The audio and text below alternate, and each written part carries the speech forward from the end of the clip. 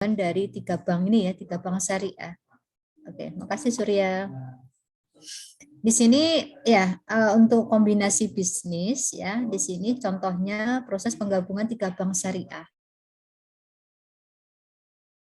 Kayak gini Mas dan Mbak, artikel itu kalau Anda perhatikan ya, ini seperti ya tulisan seperti ini kalau Anda ini kalau pengen nulis, nah seperti ini nanti Anda bisa lihat dan bisa berupa opini.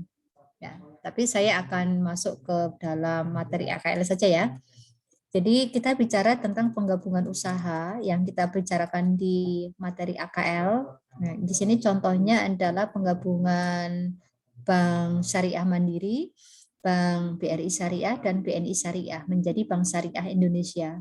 Nah, itu adalah salah satu contoh dari penggabungan perusahaan atau bahasa lainnya kombinasi bisnis.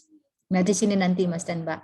Nah, salah satunya di sini nanti yang akan kita bicarakan, di sini ada istilah yang namanya merger.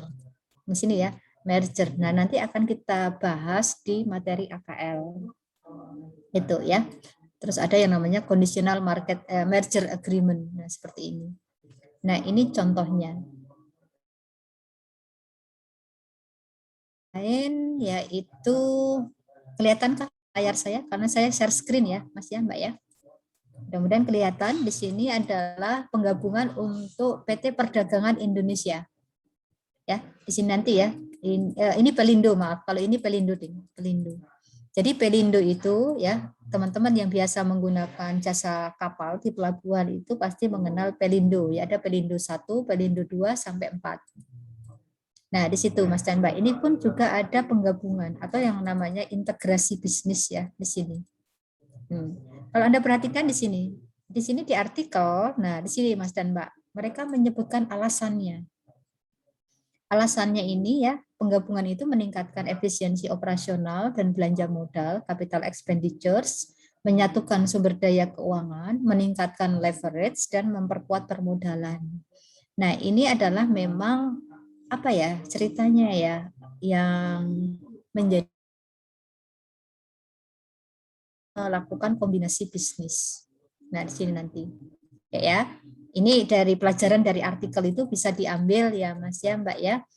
Nah, ceritanya untuk Pelindo sendiri penggabungan ini akan membawa perusahaan go global ya. Di Pelindo ini nanti akan menjadi operator terminal peti kemas terbesar ke-8 di dunia ya. Dengan throughput peti kemas ya, di sini peti kemas yang bisa ditampung itu adalah 16,7 juta TEUS. Ini ukuran untuk luas dari luasan peti kemas. Atau kalau Anda pernah membayangkan main-main ke pelabuhan, di sana banyak terminal peti kemas atau lapangan peti kemas, Anda bisa membayangkan saja. Nah, seperti itu. Memang yang terbesar adalah di Tanjung Priok ya. Di Perak juga ada, di Tanjung Emas juga ada, kan gitu ya, dan beberapa pelabuhan besar di Indonesia. Nah, ini contoh untuk yang penggabungan usaha. Nah, ini contoh-contohnya dulu aja teman-teman. Yang tadi saya sebutkan ya teman-teman ya. Di sini ada penggabungan dari PT BGR. Nah, di sini PT BGR dan PT PPI. Ya, saya sengaja mengajak Anda untuk melihat berita dulu, melihat dunia nyata dulu ya, melihat dunia nyata. PT PPI itu adalah tadi PT kalau tidak salah itu perdagangan ya di sini ya, perusahaan perdagangan Indonesia. Nah, di sini dengan PT Bandagara Rekso. Nah, sini ya, ini penggabungan ya. Nanti jadi apa? Nah, itu tidak kita bahas satu persatu ya. Saya hanya mencontohkan penggabungan perusahaan. Nah, di sini nanti PT perusahaan sebagai penerima penggabungan mengambil alih dan menanggung seluruh aktiva, pasifa, hak dan kewajiban operasional dan bisnis pekerja dan pekerja PT BGR sebagai akibat dari penggabungan yang berlaku efektif. Bla bla bla bla bla. Nah, itu contohnya. Terus kemudian yang terkini itu adalah ya kalau Anda pemegang kartu Indosat. Di sini ya Mas ya Mbak ya, di sini ada merger ya antara Indosat dengan Tri menjadi Indosat Oredo Hutchinson ya kalau nggak salah ya namanya ya. Nah sini ya. Nah di sini penggabungan ini adalah dimaksudkan untuk mempercepat pembangunan infrastruktur 5G. Nah seperti itu. Nah, ini adalah contoh-contoh saja teman-teman supaya nanti kita ya mendekatkan Anda antara dunia konsep dengan dunia nyata. Jadi ada istilah tadi ya, merger Indosat 3 kan seperti itu, bla bla bla bla bla kan gitu ya. Karena pengguna internet di Indonesia itu sangat banyak kan gitu ya. Kalau tidak salah nomor 5 ya. Kalau menurut APJI ya, Asosiasi Pengusaha Jasa Internet Indonesia. Kita ini adalah pengguna nomor 5 terbesar dan kebanyakan itu adalah untuk sosmed. Jadi orang Indonesia itu gemar ngobrol-ngobrol, ngobuah-ngobuah kan gitu ya. Kata bahasanya ipin-upin ya, berbual-bual kan gitu ya. Ya termasuk juga ini ya, termasuk juga yang ini ya Mbak ya, e-commerce ya. Nah, gitu ya. Suka belanja kan ya. Gitu. Apalagi ada Harbolnas ya. Kalau bulan Oktober 10-10, kalau bulan September 9-9. Nah, dan seterusnya. Nah, itu aja sebagai contoh-contoh Mas dan Mbak, nanti Anda bisa cari sendiri, sangat banyak apa namanya praktek ataupun kejadian penggabungan perusahaan. Itu dulu ya. Nah, itu dulu. Terus kemudian ngapain Bu? Ya nggak ngapa-ngapain kan gitu ya. Saya kembali ke sini dulu ya. Oke. Nah, saya ajak Anda untuk ke IDX ya. Itu adalah ke Bursa Efek ya, Bursa Efek Indonesia. Bentar, kita lihat dulu. Biar Anda kalau apa namanya kalau ini kan gitu ya. Nah, sini ya. Nah, saya ajak Anda ke Bursa Efek. Nah, oke. Anda bisa ini langsung ke perusahaan tercatat. Nah, kita masuk ke sini Mas dan Mbak. Nanti boleh liatin satu persatu juga tidak apa-apa, tapi saya langsung masuk ke mana tadi? Oh, sini ya. Oke, laporan keuangan dan tahunan. Nah, di sini ya, laporan keuangan dan tahunan, silakan. Nah, ini tahun 2021 sudah ada, triwulan juga bisa, triwulan 2, ya, triwulan 1, triwulan 2. Kita cari ya. Nah, atau yang tahunan juga nggak apa-apa. Yang tahunan itu biasanya 2020. Nah, di sini tahunan. Gitu. Atau kalau Anda mau yang terkini, berarti 2021, ya, kalau triwulan 3 sepertinya belum ada, kita masuk ke triwulan 2. Nah, ya. Terus kemudian, nah di sini kita lihat, tinggal pilih Mas, pilih, silakan dipilih, pilih kan gitu ya. Nah di sini ya, sampai di sini nanti adalah kita siapa? Masyarakat umum ya, ini rating ya. Nah, gitu. Nyenengin yang bikin itu Mas.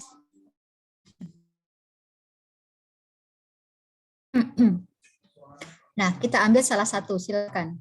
Ya di sini pakai kode ya, di sini Astra Agro Lestari kita ambil. Ini untuk mengenalkan ke Anda.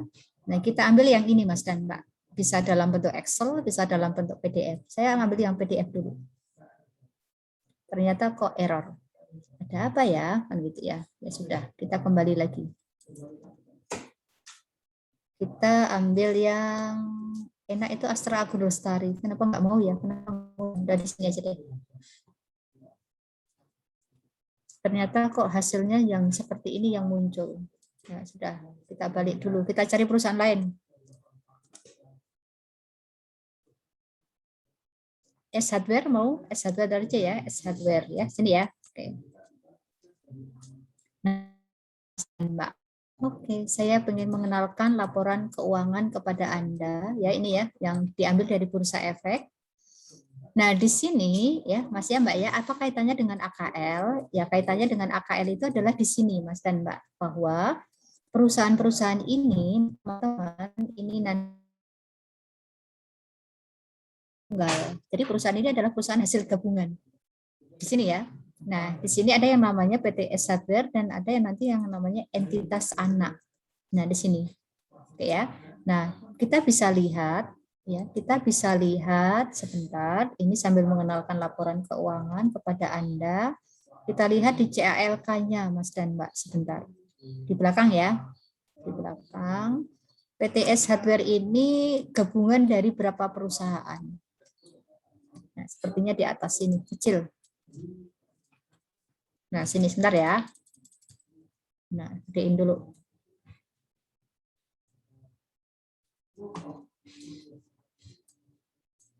Nah, di sini Mas dan Mbak. Nah, Oke, ya. Jadi dia punya entitas anak subsidiary itu namanya PT Toys Games.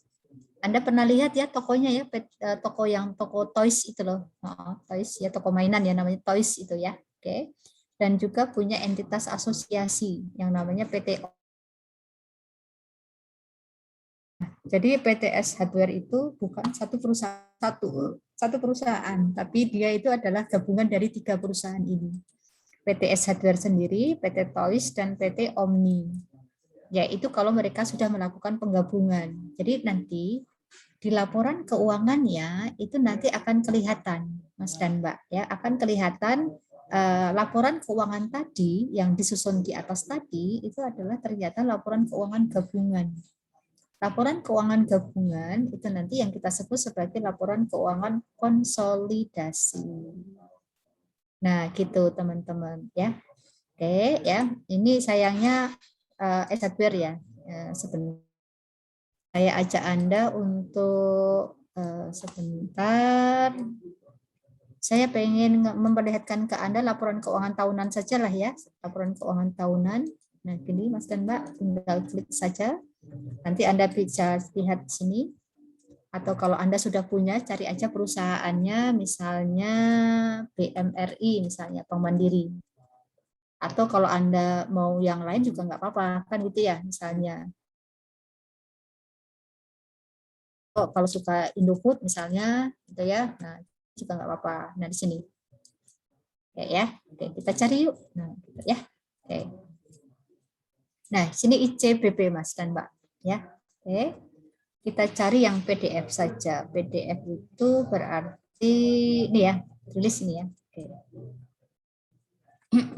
Nah, di sini juga sama Mas dan Mbak. Kalau ini lebih seru, jauh lebih besar. Ya. Jadi ini juga sama, Anda perhatikan di sini. Jadi perusahaan-perusahaan ini sudah merupakan perusahaan gabungan. Ada entitas anaknya, and its subsidiaries. Dan laporan namanya laporan keuangan konsolidasi. Nah, ini nanti yang akan kita pelajari di AKL. Gitu ceritanya, Mas dan Mbak.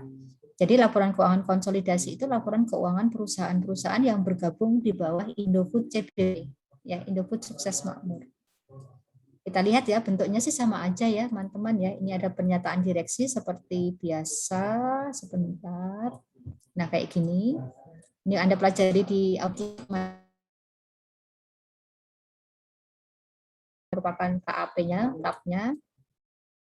Nah, kalau ini adalah posisi keuangannya Mas dan Mbak. Nah, ini laporan keuangan konsolidasian. Nah, di sini nanti. Oke, ya. Ya, kalau struktur dari posisi keuangan sih sama aja ya. Aset ya aset lancar, aset tidak lancar. Nah, seperti ini. Nah, ini karena Anda itu di stand itu ya dulu pernah saya kritik ya, anak-anak itu harus dikasih tahu akun-akun bahasa Indonesia, saya bilang gitu. Kalau terbiasa bahasa Inggris nanti baca akun bahasa Indonesia nanti ketawa-ketawa kan gitu ya. Ih lucu ya terjemahannya kan gitu ya. Sebenarnya adalah untuk mengenalkan, mendekatkan kepada dunia nyata seperti ini. Nah, ini sama ya Mas ya Mbak ya, total asetnya di sini dalam apa di sini nanti Mas dan Mbak. Sebentar, terlalu jauh.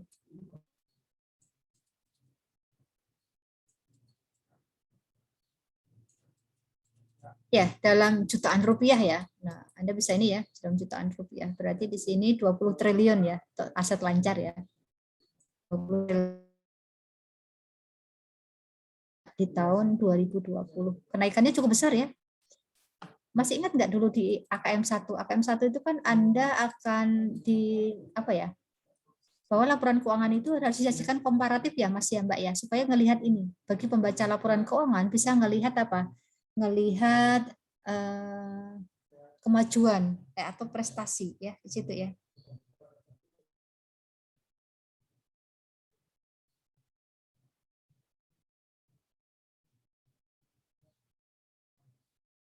Nah, seperti itu. Terus kemudian ya tadi saya janji untuk ini aja. Ini saya lewati dulu aja ya teman-teman ya. Nah, nanti Anda bisa searching sendiri. Nah, terkait dengan yang materi kita hari ini adalah mengenai siapa saja perusahaan yang bergabung. Yang telah bergabung ya di dalam apa Indofood Sukses Makmur. Nah, di sini kita lihat, wow. Cek ya Mas, itu cilik-cilik Mas. Nah, gitu ya. Nah, sini Mas, Mbak. Nah, ini Mas dan Mbak. Ya, sini. Anak perusahaan tidak hanya di Indonesia, tapi juga di negara sebelah. Nah, seperti itu.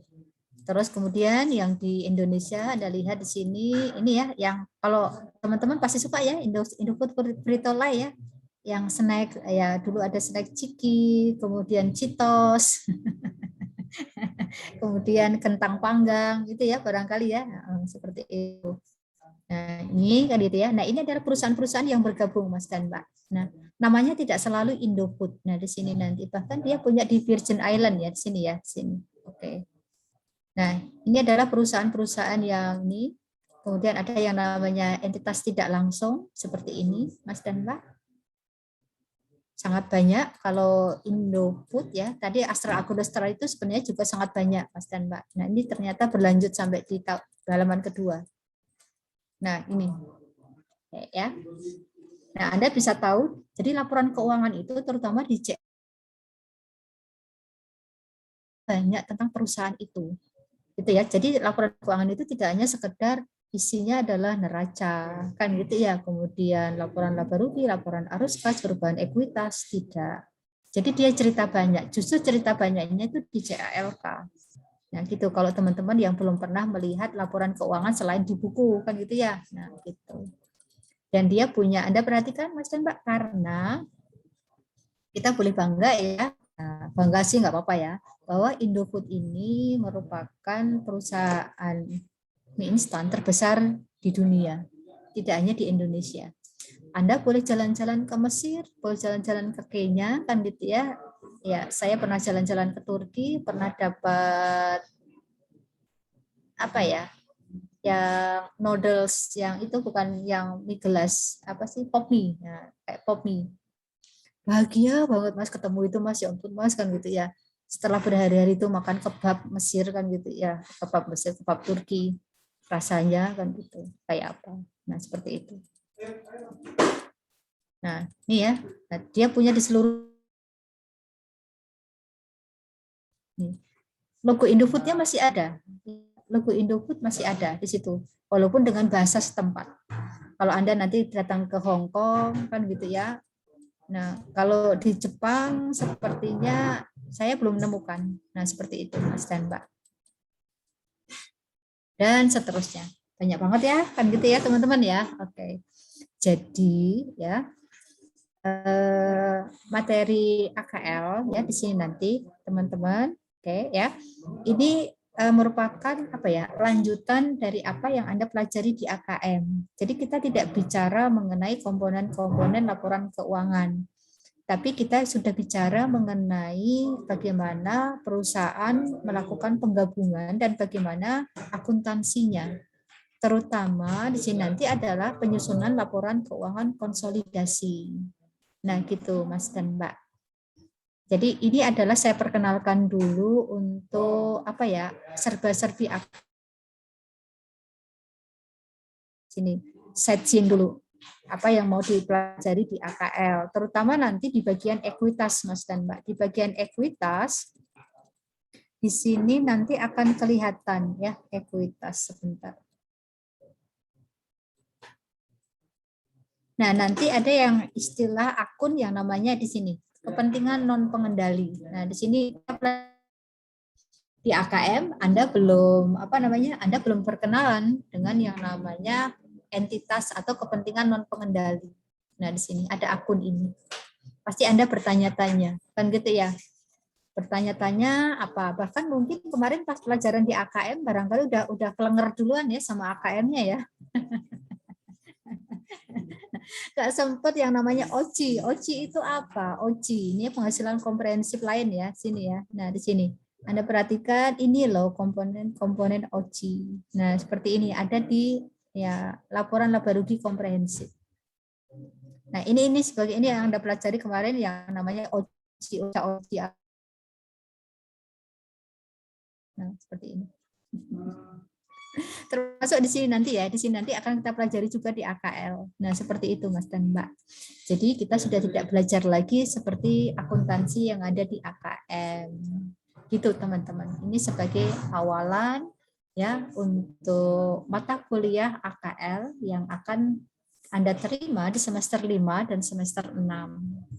Itu teman-teman. Nah, gitu ya. Jadi itu overview ya, overview-nya sejam kan gitu ya terkait dengan AKL. Izin untuk stop share ya, nanti bisa Anda cari sendiri terkait dengan ya penggabungan usaha ataupun laporan keuangan konsolidasi. Oke, ya. Ada yang mau disampaikan dulu?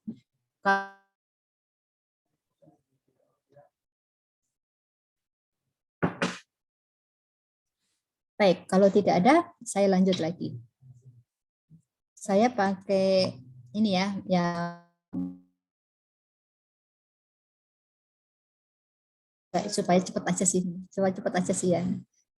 Nah, di sini saya biasanya menerangkannya pakai Excel, Mas, Mbak. Ya, ini konsepnya dulu, ini konsepnya. Nah, gini Mas dan Mbak. Tapi kok rasanya nggak adil ya? Ya wes ya, ntar dulu ya, gini aja supaya sama. Ya. Sama dari awal, ya wes tak gawe ke sing anyar Mas. Nah, kelihatankah layar Excel saya yang baru untuk Anda? Kelihatan, Bu. Iya, terima kasih.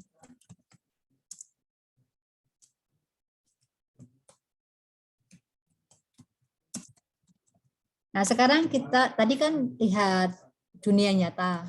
Nah, sekarang kita balik ke dunia meja, dunia konsep ya, Mas ya, Mbak ya. Gini.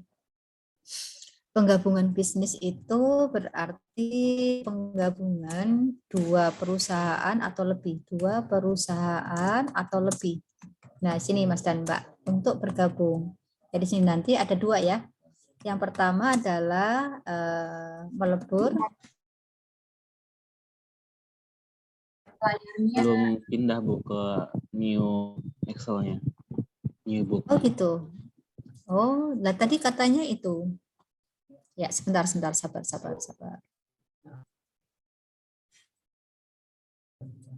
Nah, seperti oke, udah kelihatan yang new Excel?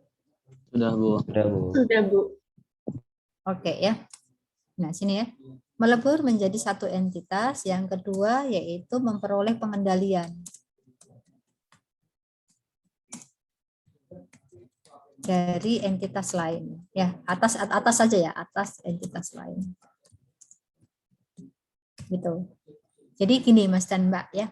Jadi ini definisinya ya. Kalau Anda bertanya, ini adalah di PSAK 22. Ini kalau untuk kombinasi bisnis.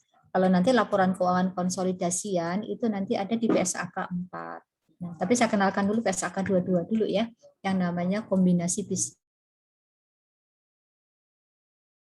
Oke ya, tidak usah dihafalkan definisinya teman-teman. Nah, di sini nanti saya ajak Anda yang namanya penggabungan bisnis itu ya di sini nanti ada penggabungan ya dua perusahaan atau lebih. Supaya gampang kita dua aja ya. Nah, dua aja. Misalnya dalam hal ini adalah PTA. Nah, di sini nanti PTA mengajak bergabung dengan PTB. Ini Mas dan Mbak. Tadi misalnya kayak Indosat dengan Tri kan gitu ya. Nah, gitu. Nah, contohnya ini pakai plus seperti ini kan gitu ya. Oke. Nah, di sini nanti ya hasilnya apa? Nah, hasilnya apa? Oke, ini Mas dan Mbak. Jadi di sini adalah A dan B bergabung. Gambarnya begitu ya.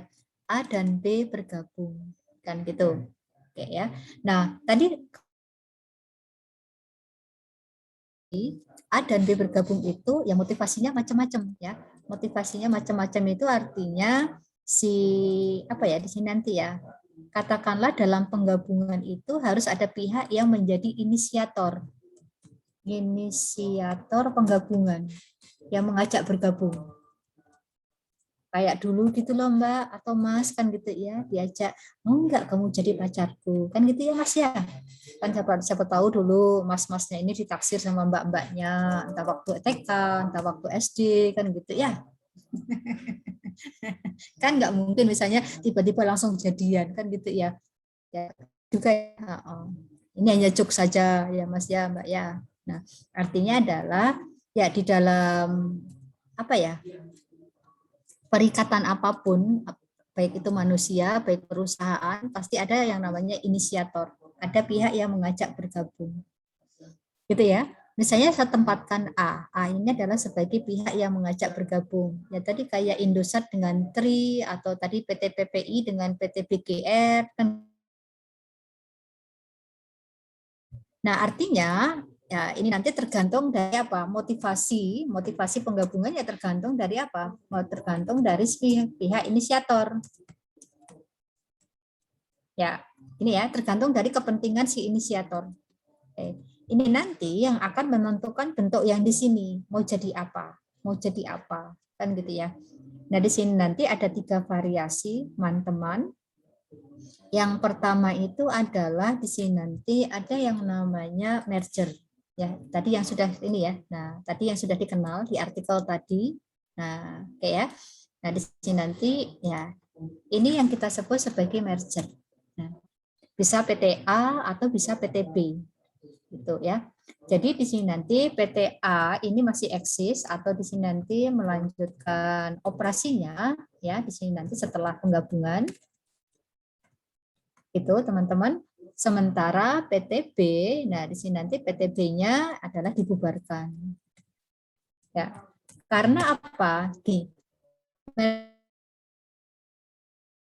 Misalnya PTA itu tertarik memiliki bagian penting dari PTB.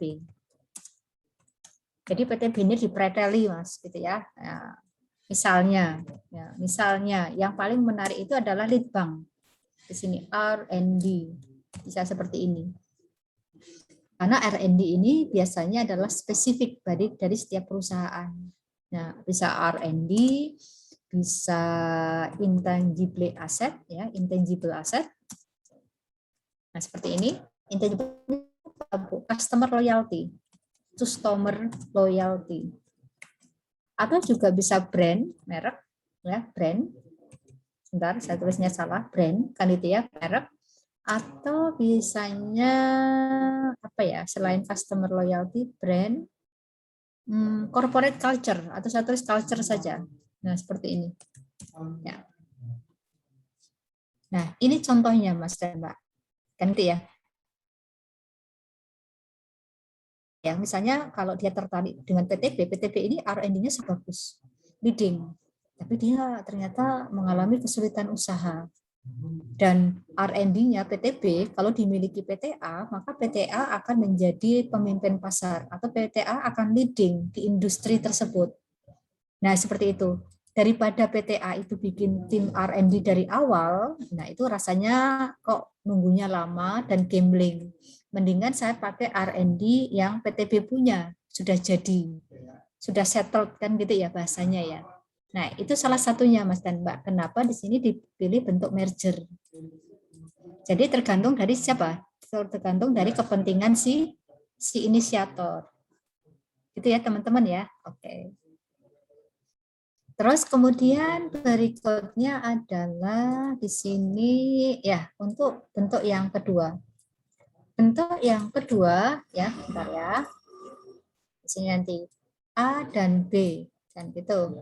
Nah, di sini nanti jadinya adalah ya. Nah, di sini. Nah, di sini ya, saya kasih contoh di sini adalah wajah baru. Nah, sini wajah baru Mas dan Mbak. Nah, saya kasih kotak. Ini di sini adalah PT misalnya XYZ. Biar beda ya di sini ya. PT A dan B bergabung kok jadi PT XYZ Bu? Ya nggak apa-apa tuh kan gitu ya, nggak apa-apa suka-suka kan gitu ya. Gitu. Nah, ini yang sering disebut sebagai true merger atau yang kalau dalam bahasa Indonesianya sering disebut sebagai konsolidasi. Itu Mas dan Mbak. Jadi penggabungan dua perusahaan ya, di mana hasil setelah penggabungan itu nanti menjadi entitas baru atau perusahaan baru. Gini Mas dan Mbak. Jadi di sini nanti adalah menjadi EGZ. PTA, PTB, di sini EGZ. Atau PTA, PTB sama dengan PTC. PTA, PTB sama dengan PTM, gitu ya. Nah, kalau yang ini merger adalah PTA, PTB salah satu, boleh PTA atau boleh PTB, namanya merger. Ini ya. Perusahaan yang bergabung di sini nanti teman-teman, perusahaan yang bergabung gitu ya, menyatukan kekuatan. Nah, di sini nanti menyatukan kekuatan gitu ya, sumber daya. Ya, untuk mempertahankan atau mempertahankan boleh atau mengembangkan gitu ya. Mengembangkan itu berarti ini ya, mengembangkan kapasitas operasi. Nah, seperti ini. Gitu ya. Ya, ini contohnya banyak. Ya tadi kayak apa namanya? Indosat dengan Tri, ya dulu Excel Komindo ya, dulu Excel Komindo dengan Axis sekarang menjadi Excel Axiata. Excel Axiata kan gitu ya. Nah, itu nanti Anda bisa cari sendiri di internet, sangat banyak Mas dan Mbak. Sehingga di sini nanti menjadi PT EGZ. Oke, terus kemudian berikutnya adalah bentuk yang ketiga. Bentuk yang ketiga di sini nanti ya sini ya. Nah, saya walaupun punya PP kalau pakai Excel seperti ini, dan saya yakin Anda juga tidak stuck ya, kalau ini ya, karena matanya bergerak terus. Sengaja Mas Wak. Nih ya. Nah, PTA, PTB ya di sini nanti akan menjadi nah, ya. Nah, ini berbeda dari yang sebelumnya. Nah, di sini nanti dia akan menjadi sama. Tidak ada yang berubah secara fisik. Gitu. Jadi di sini nanti PTA dan PTB ini tetap eksis, Mas dan Mbak. Tidak ada yang dibubarkan, tidak ada yang melebur. Nah, bentuk inilah yang kita sebut sebagai bentuk akuisisi. Nah, sini ya teman-teman ya. Nah, ini yang namanya akuisisi. Oke, ya. Nah, ini bentuk yang paling populer. Ya, artinya di sini nanti hampir 90% bentuk penggabungan kan gitu ya. Bentuk penggabungan itu adalah dalam bentuk apa namanya? Akuisisi. Artinya apa? Kalau bentuk akuisisi sih nanti kedua perusahaan ya, kedua perusahaan atau perusahaan yang bergabung melanjutkan operasinya masing-masing, tetap melanjutkan operasinya masing-masing.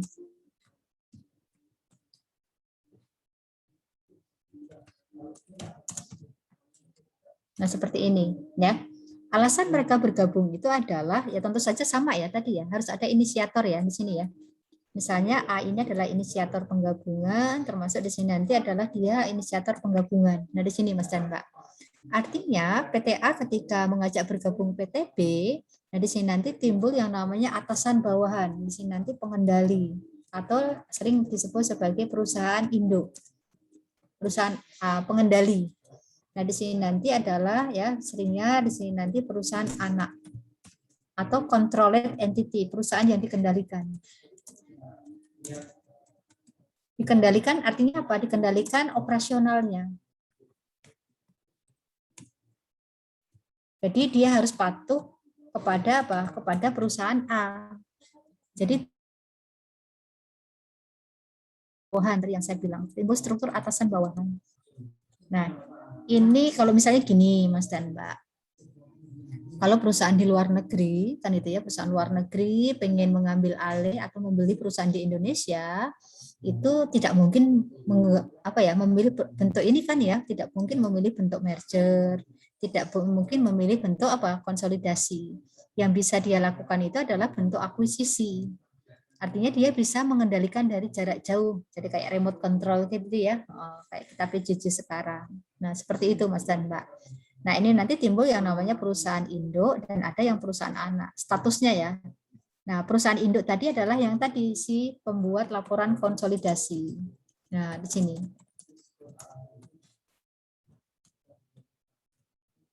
Nah, gitu teman-teman. Nah, oke, ini adalah bentuk-bentuk penggabungan usaha atau kombinasi bisnis. Ya, silakan kalau ada yang mau ditanyakan dulu atau ada yang mau ya, silakan Mbak. Izin tanya Bu, beda antara perusahaan anak dan perusahaan asosiasi yang tadi dicontoh konsolidasi itu apa ya Bu? Saya masih bingung. Terima kasih. Baik. Sebentar, di tempat saya lagi adzan, saya mute dulu ya, sayanya ya. Saya lanjut ke siapa tadi yang raise hand? Mas siapa tadi? Mas Arif ya?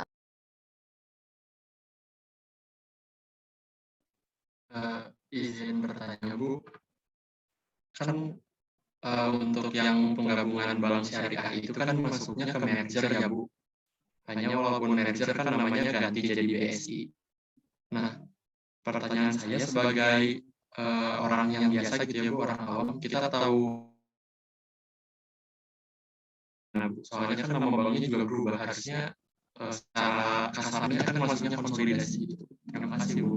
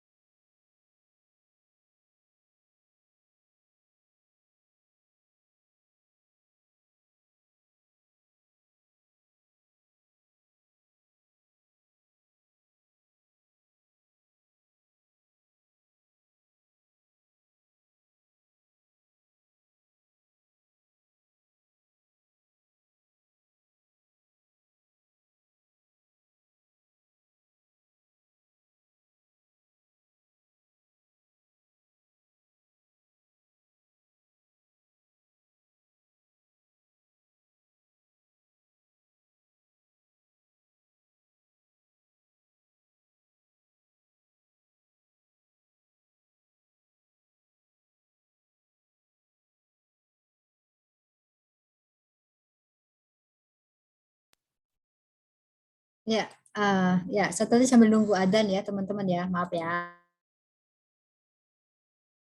Dan ya di sini nanti, nah sebentar ya, ini untuk Mas Arif dulu ya.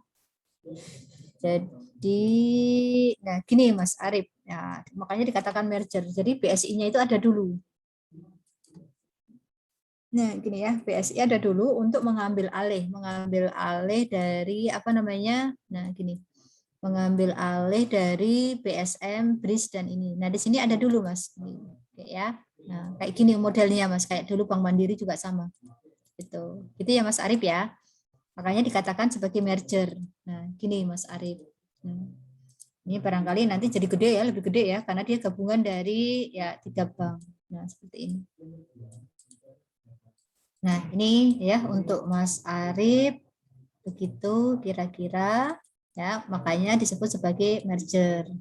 Meskipun kelihatannya seperti konsolidasi ya. Karena kan di sini untuk bank syariah kan BSM, BNIS ya syariah, Mas Arif ya. Ini supaya men-take over apa? Men-take over kegiatan operasional Jadi tidak langsung bubar begitu saja ya, teman-teman ya. Kalau bubar begitu saja kan bingung nanti nasabahnya. Jadi bubarnya kan pelan-pelan ya. Bubarnya pelan-pelan, misalnya kalau Anda yang sudah punya akun BRIS, kan itu BRIS atau BNIS atau BSM, maka pelan-pelan nanti akunnya itu diintegrasikan ya, diintegrasikan ke akun BSI atau rekening BSI. Nah, gitu Mas Arif. Oke, kalau untuk Mbak Martina, di sini ada entitas asosiasi, Mbak. Jadi entitas asosiasi itu bukan antara induk dengan anak ya, Mbak Martina ya. Jadi ini adalah perusahaan investor itu memiliki pengaruh yang cukup signifikan, tapi belum menciptakan struktur pengendali dan dikendalikan. Disebut sebagai pengendali, gitu ya, kayak pengendali udara, air, tanah, kan gitu ya. Avatar. Nah itu harus lebih dari 50%. Itu Mbak. Jadi antara induk dan anak. Nah gitu. Jadi bedanya antara asosiasi dengan induk dan anak, parent dengan subsidiary. Gitu Mbak Martina dan Mas Arif. Terima kasih Bu. Ya, sama-sama. Ya, silakan Mas Arif. Ya Bu, untuk yang ini, saya juga nggak begitu ngikutin 100% Bu, tapi saya pernah dengar kalau si BSM sama BNI masuk ke BRIS, terus BRIS ganti nama jadi BSI. Nah, yang saya bingung Bu, kan ada cerita yang simpang siur ya Bu. Yang lebih bingung kenapa sekarang namanya BSI, tapi ketika saya cek di Yahoo Finance masih ada ininya Bu, BRIS Bu. Sebentar Mas, sebentar. Pengalaman saya kalau sebagai nasabah BSM itu, sebentar, BSM itu sepertinya tidak pernah masuk ke BRIS ya, atau entah Arif ya, gitu ya. Kalau yang BRI ini kayaknya BRI sendiri ya, BRI ke BSI ya, kalau nggak salah ya. Jadi tidak BSM ke BRI, tapi coba nanti kita cek sama-sama Mas. Ya, setahu saya sih ini ya gitu ya, kebenaran ceritanya di balik merger 3 bank ini gitu. Oke ya, Mas Arif ya. Terima kasih Bu. Ya, sama-sama. Yuk, teman-teman yang lain silakan kalau yang mau ditanyakan mengenai ini, yang 3 ini dulu yang di depan Anda. Ya, silakan Mas Pram, Mbak Dia. Izin Bu, Hmm. terkait merger sama akuisisi Bu, lebih untung mana Bu antara merger sama akuisisi? Kalau merger kan tadi kata Ibu sendiri tadi karena ada PTA itu tertarik karena PTB itu memiliki bagian penting. Nah, sedangkan akuisisi ada yang tertarik gitu. Terima kasih Bu. Ya, baik. Baik, saya jawab dulu ya Mbak Dia ya. Oke. Jadi lebih untung mana merger dengan akuisisi? Saya bilang di sini bukan masalah untung atau tidak ya Mbak ya, tapi mana yang paling cocok untuk pihak inisiator. Artinya itu adalah merger ini kalau memang si PTA di sini itu ingin mengambil. Nah, ceritanya gini Mbak, mengambil R&D-nya, mengintegrasikannya, memasukkannya ke dalam operasional PTA. Jadi dia benar-benar ngambil Mbak. Nah, misalnya gini, saya contohkan gini Mbak Dia. Mbak Dia misalnya ayahnya, papahnya pengen beli rumah baru. Beli rumah barunya misalnya rumah barunya sebelahnya. Kan gitu ya, beli rumah sebelah. Nah, gitu Mbak Dia. Nah, beli rumah sebelah, nah terus kemudian ini rumah sebelah mau diapain? Ayah itu adalah ingin memperbesar rumah, berarti rumah sebelah harus dihancurkan, ya tidak? Supaya nanti bisa digabung ke rumah lama, sehingga nanti rumah lama menjadi lebih besar. Itu yang namanya merger, Mbak. Jadi tergantung tujuannya, Mbak Dia. Ya. Terus kemudian kalau misalnya ayah ini memilih bentuk akuisisi A plus B, ya rumah lama tambah rumah sebelah, kan gitu ya. Nah, ini rumah lama, rumah sebelah. Nah, ceritanya adalah ayah ini ingin misalnya mempertahankan rumah yang baru dibeli, rumah sebelah. Itu tujuannya mungkin untuk dikontrakkan atau nanti kalau Mbak Dia sudah berumah tangga, nanti buat Mbak Dia biar nanti tinggalnya nggak jauh-jauhan, ketika Mbak Dia sudah berumah tangga. Nah, jadi itu kita tidak bicara untung tidak untung. Ya, tapi kita bicara motivasi. Inamal a'malu binniyat. Motivasi penggabungan, motivasi dari dalam hal ini adalah dia maunya apa. Nah, itu Mbak Dia. Jadi yang paling fit untuk kebutuhan dia itu adalah apa? Apakah merger, apakah konsolidasi, atau mau akuisisi. Gitu Mbak Dia. Izin menyimpulkan berarti Bu untuk merger sendiri dia mengambil suatu yang penting lalu yang tidak digunakan itu diberhentikan gitu ya Bu? Iya, iya. Bisa ya nanti terserah si ini Mbak, decision-nya terserah si A ya, tapi A tertarik membeli B, kayak misalnya nih, ya termasuk tadi yang gampang rumah saja tadi ya, beli rumah itu tertarik apanya? Tertarik lokasinya, tertarik bangunannya, atau apa? Kalau hanya tertarik lokasinya, ya berarti bangunannya nggak penting kan Mbak Dia ya. Nah berarti nanti bisa dirobohkan. Nah ini kalau misalnya merger Mbak, berarti memang dia mengambil untuk digabung gitu ya, mengambil untuk digabung ke dalam operasi dari perusahaan yang mengakuisisi atau perusahaan yang melakukan pengambil alihan. Itu kalau merger Mbak Dia. Tapi kalau ini nanti menjadi buah kaki tangan ya bahasanya. Bahasa saya pilihan katanya bagus ya. Kaki tangan. Atau menjadi anak buah. Bahasanya menjadi anak buah. Jadi B ini nanti akan mensupport kegiatan operasional A. Nah, sini kalau akuisisi. Jadi nanti tercipta kayak boleh sekutu ya. Kalau sekutu itu kan biasanya ada komandannya ya, teman-teman ya. Nah, seperti ini. Jadi kegiatan operasional dari B ini nanti akan ditujukan dalam rangka kepentingan dari A. Nah, gitu Mbak. Nah, ini kalau posisinya adalah yang bentuk akuisisi. Jadi B ini memang dibiarkan untuk beroperasi. Ya justru memang dia harus hidup. Contoh gini Mbak, ini kan makan siang ya, gini misalnya, ya saya suka ini ya, nah gini, misalnya, nah, ini teman-teman yang di Surabaya, Madura pasti tahu ya, sini ya. Nah, misalnya di sini rumah makan Bebek Sinjai. Nah, di sini adalah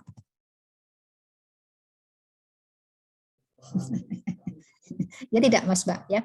Artinya adalah yang peternakan bebek yang menjadi supplier dari rumah makan Bebek Sinjai. Nah, di sini ya. Kan Anda tahu ini Bebek Sinjai. Rumah makan Bebek Sinjai itu kan bebeknya ya besar, dagingnya banyak kan gitu ya. Dan satu potongnya itu juga cukup besar lah ya dibanding dengan bebek-bebek kurus yang lain kan gitu. Artinya adalah spek bebek, spek raw material bahan baku yang dihasilkan dari peternakan bebek ini ternyata mendukung penjualan dari rumah makan Bebek Sinjai. Nah, seperti ini Mbak Dia. Sehingga ketika rumah makan Bebek Sinjai ini katakanlah mengakuisisi dari peternakan bebek ini nggak perlu dibubarkan Mbak Dia. Tapi justru dia memang dipertahankan untuk tetap beroperasi. Hanya saja kamu jualnya ke saya saja. Nah, gitu ceritanya. Pengendalian itu seperti itu. Kamu tidak boleh jual kepada kompetitor ataupun kepada orang lain. Nah, itu maksud dari yang namanya akuisisi. Nah, gitu penjelasan ya Mbak Dia. Baik Bu, terima kasih Bu. Sama-sama. Yuk, Pram, apa Pram? Izin Bu, saya ingin bertanya terkait yang ramai barusan ya, yaitu tentang perusahaan multinasional di Indonesia yang baru lahir, yaitu hubungan antara Gojek sama Tokopedia. Itu kan mereka kan membentuk yang namanya Goto. Nah, Goto itu masuknya ke mana ya di antara tiga ini? Kalau misalnya saya sebutnya merger, itu kan terbentuk yang baru, berarti bukan. Tapi kalau saya sebutnya konsolidasi kan itu kan Tokopedia sama Gojek masih ada. Tapi kalau saya sebut lagi akuisisi, kan terbentuk Goto. Jadi apakah Goto itu termasuk dari tiga ini atau beda, Bu? Terima kasih. Iya. Nah, oke. Sebentar ya, Mas. Ini ya, saya cek di sebelah ya. Saya cek di sebelah. Izin stop share dulu ya. Ya, saya ajak Anda untuk sebentar. Kembali ke slide ini ya, sebentar. Saya ya udah gini aja Mas. Ini saya sambil ini ya, kalau enaknya kalau online kayak gini ya, saya cek di apa namanya pencarian, mesin pencarian. Di sini istilahnya merger ya Mas ya, merger ya, yang Goto ya, Goto. Kalau saya bilang sih Goto, Goto. Iya. Ya, antara apa namanya Gojek dengan Tokopedia. Nah, sini. Ya, ini sebentar kita lihat dulu Mas, karena saya juga tidak terlalu mengamati ya, mengamati dari mergernya Gojek dengan Tokopedia. Seperti ya. Maaf ya.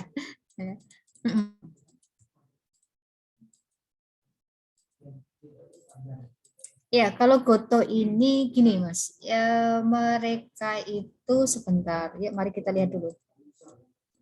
Jadi dia membentuk perusahaan baru ya. Mereka membentuk perusahaan baru berarti sebentar, coba kita lihat dulu. Kalau Goto itu nanti seperti apa?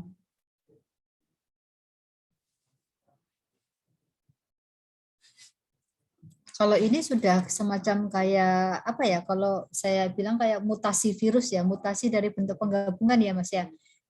Gabungan antara akuisisi kan gitu ya, akuisisi dan merger ya. Jadi dia tidak murni. Kalau saya lihat baca ininya dulu ya. Jadi di sini nanti ya gini Mas dan Mbak ya, izin untuk ini ya. Jadi saya lihat barusan yang ada di sebelah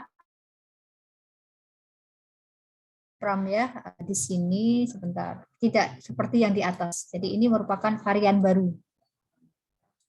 Varian baru jadi seperti ini ya. Nah, ini ya. Ini nanti gambarnya banyak banget ya.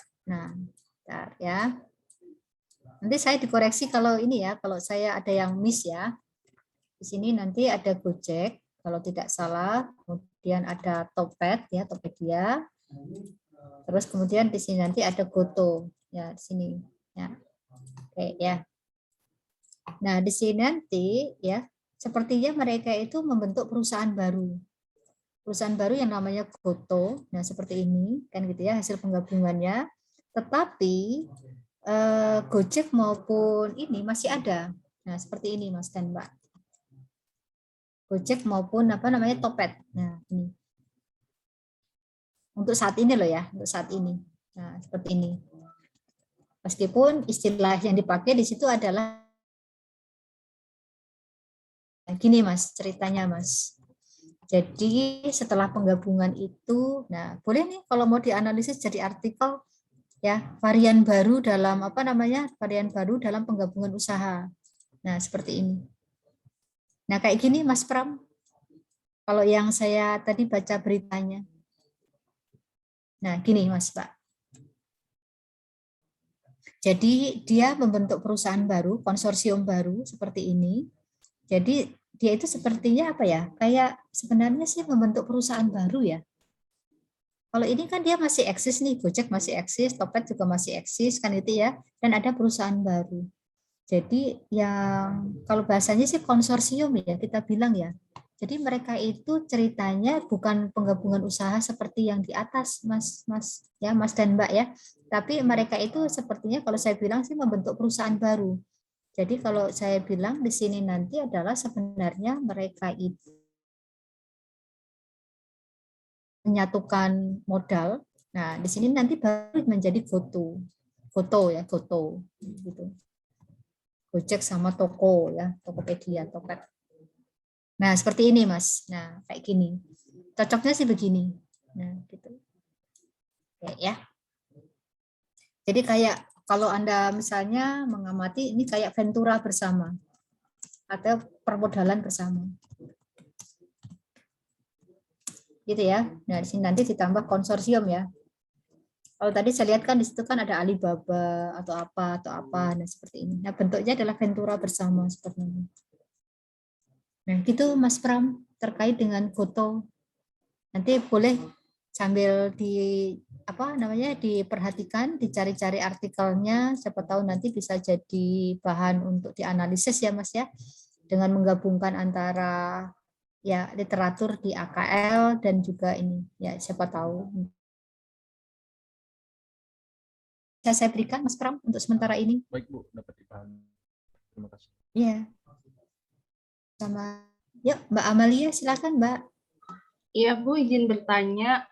Berarti untuk penggabungan usaha ini harus ada PT sama PT gitu ya Bu? Kalau PT sama perseorangan itu beda. Terus kalau franchise itu berarti masuk PT sama perseorangan. Lalu apakah kalau kan tadi ada PT Indofood bergabung dengan PT-PT lain. Nah, berarti semakin banyak PT yang bergabung, apakah akan semakin baik atau ada kelemahannya sendiri Bu kalau semakin besar begitu? Baik, ya. Jadi gini Mbak Amalia. Ya, tidak harus ini sih Mbak. Kalau PT ini bisa usaha perorangan juga tidak apa-apa Mbak. Misalnya yang jelas adalah bisnis ya. Nah, di sini nanti bisnis itu bisa bisnis perorangan Mbak Amalia, bisa bisnis partnership. Kan itu kan bentuk perusahaan aja ya. Artinya bisnis ini kan bisa dimiliki individu, bisa dimiliki oleh ya tadi ya sekelompok orang namanya persekutuan atau firma. Ya di sini kalau ini kan PT. Nah, gini Mbak. Nah, bisa Mbak Amalia seperti ini, bisa bisnis. Kalau Anda bilang perorangan dalam hal ini adalah private ya di sini nanti ya, private. Nah, sini. Tapi harus bisnis ya Mbak. Kalau itu orang kaya yang hanya punya duit, berarti itu bukan penggabungan usaha Mbak, tapi itu namanya beli saham. Investasi ya, namanya investasi Mbak Amalia gitu. Jadi yang mereka gabungkan itu adalah bisnisnya Mbak, bisnis. Nah di sini ya. Atau kalau Anda dulu mengatakannya sebagai sole proprietorship ya, sole ya kita aja proprietorship. Nah, agak susah ya ini ya.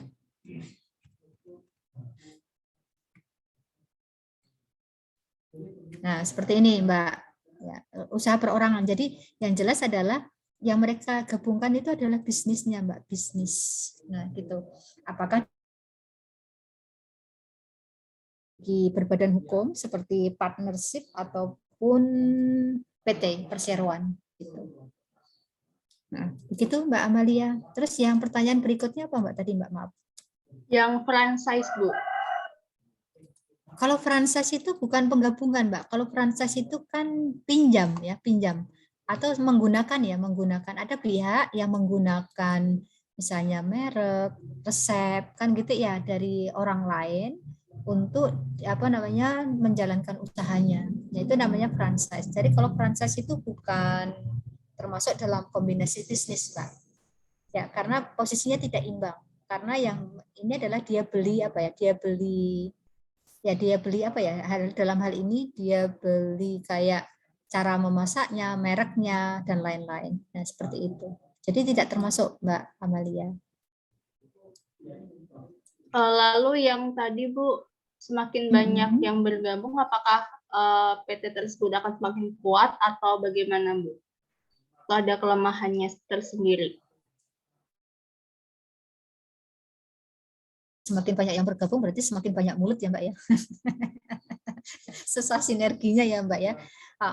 Ya nanti tergantung ini lah Mbak. Kalau mereka misalnya sudah saling tahu menahu, sudah sudah kenal lama, sudah menjalin kerjasama sejak dulu gitu ya, itu tidak masalah. Artinya mereka memang bersinergi menjadi satu. Tapi kalau dalam satu kelompok itu semakin banyak, berarti kan semakin banyak kepentingan Mbak yang diadu di situ.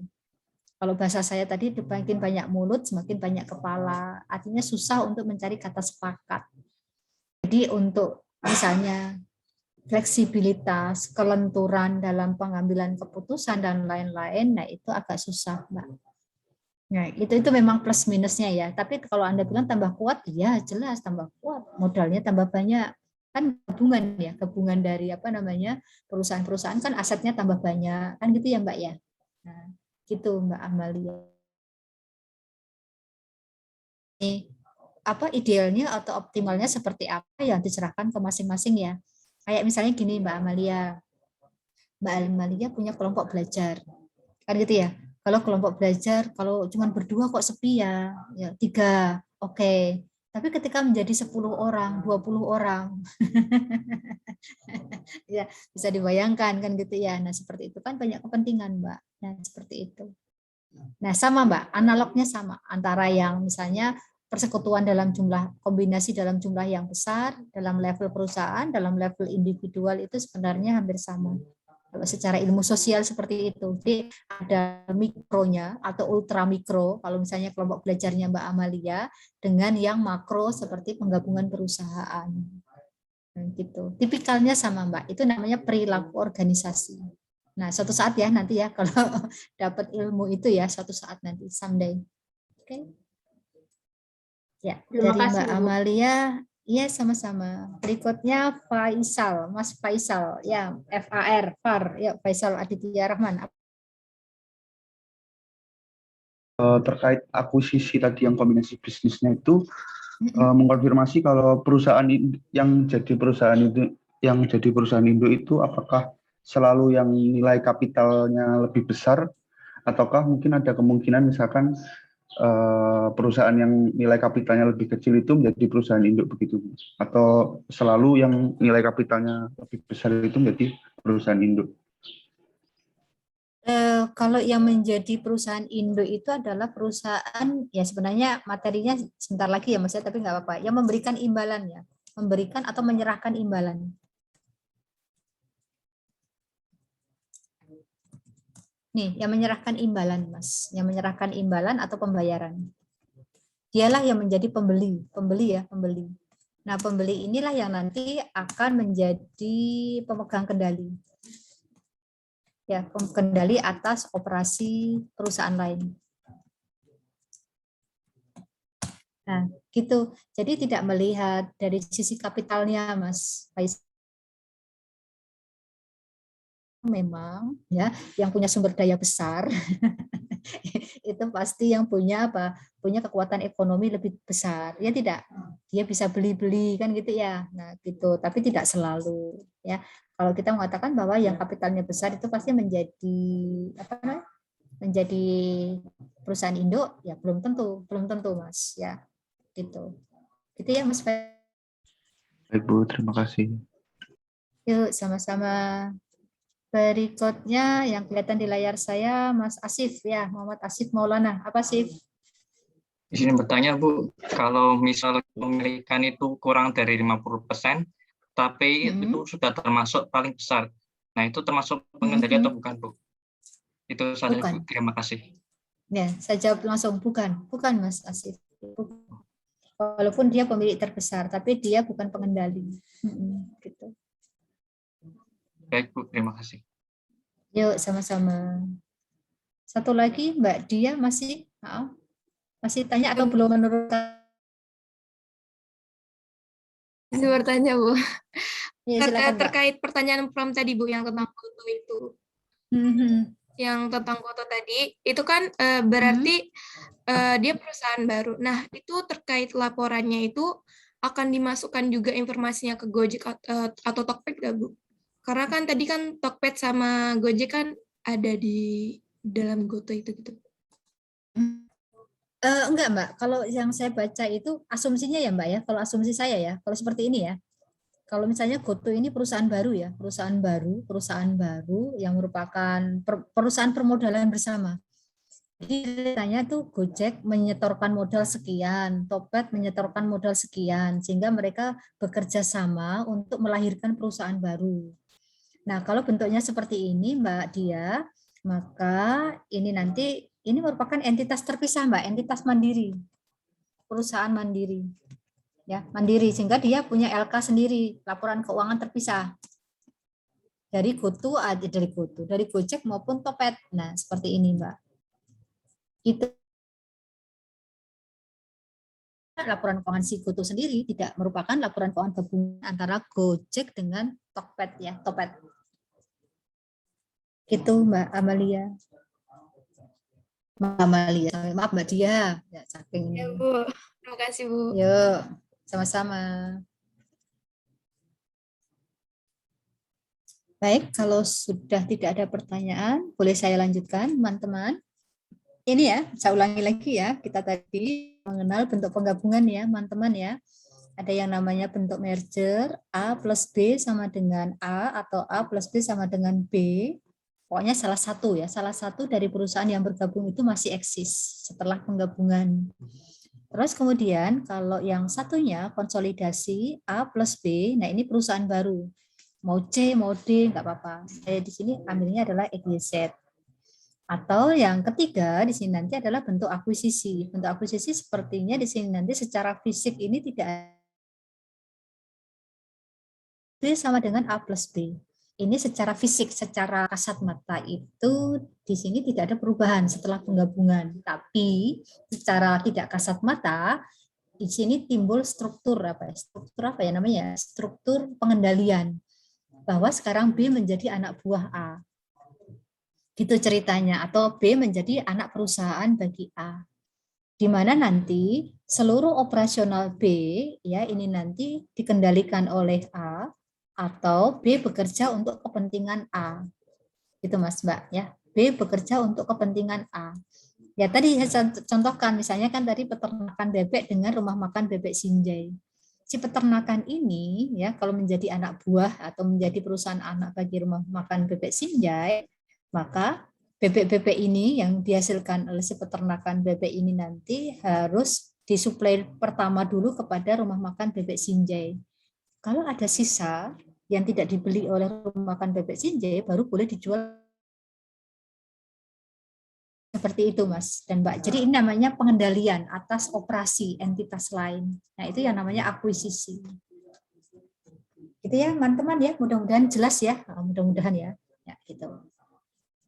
Nah sekarang saya lanjut dulu. Mas Surya ataupun Mas Ahmad Wir kan gitu ya. Nanti minta tolong kalau menjelang 12.50 saya diingatkan aja ya. Diingatkan kalau waktunya sudah mau habis gitu ya, nggak apa-apa. Saya tidak tersinggung kok, aman-aman. Siap, Bu. Ya, siap, aman-aman kan gitu ya. Nah, sekarang saya bicara mengenai akuntansi penggabungan, ya, penggabungan usaha. Nah, gitu ya. Nah, kita bicara akuntansinya sekarang. Layar saya kelihatan kan ya, teman-teman ya, dari layar Anda kan ya? Ada yang pakai HP. Ya, kalau yang pakai HP kasihan nanti ya. Cuwilik kan gitu ya, cuwilik Mas nanti ya. Nah, dalam hal ini tadi saya menempatkan bahwa si A ini adalah sebagai ya, A tertarik untuk bergabung dengan B. Nah, kan gini ya, A tertarik untuk bergabung dengan B. Nah, seperti ini Mas dan Mbak. Katakanlah besar sama besar aja ya, sini nanti ya sama B. Nah, seperti ini. Oke ya. Oke, saya ke sini dulu ya. Artinya kalau A tertarik untuk bergabung dengan B, nah di sini nanti kan A yang mengajukan penawaran. Ya tidak? PT A mengajukan penawaran ya. Penawaran. Nah, sini ya penawaran ke PT B. Sebenarnya adalah kepada pemilik B. Kan ceritanya ini mau beli perusahaan. Perusahaannya adalah siapa di sini? Kan gitu ya. Perusahaannya adalah B. Berarti siapa namanya? Transaksi A di PT B. Ya, di mana ya pemilik PT B itu sama dengan pemegang saham. Kan gitu ya. Nah, di sini nanti sertifikat kepemilikan PT B itu kan sama dengan saham ya, sebentar. Ini saham ya, saham PT B. Ya, kalau misalnya gini, ayah Anda ingin membeli rumah sebelah. Ya, di mana rumah sebelah itu dikontrakkan ke orang lain. Kalau ingin membeli rumah sebelah, berarti ayah Anda harus apa? menghubungi si pemegang sertifikat. Transaksinya kan bukan dengan penghuni rumah sebelah, karena dia pengontrak, kontraktor.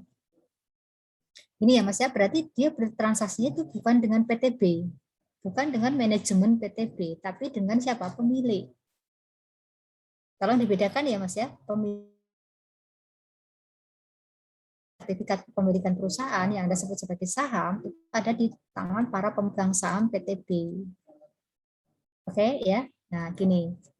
Jadinya Mas dan Mbak ya, penggabungan bisnis dilakukan dengan cara membeli saham, membeli kepemilikan saja, membeli kepemilikan ya, dalam hal ini saham. Ya. Nah, caranya seperti itu yang paling gampang daripada beli aset fisik.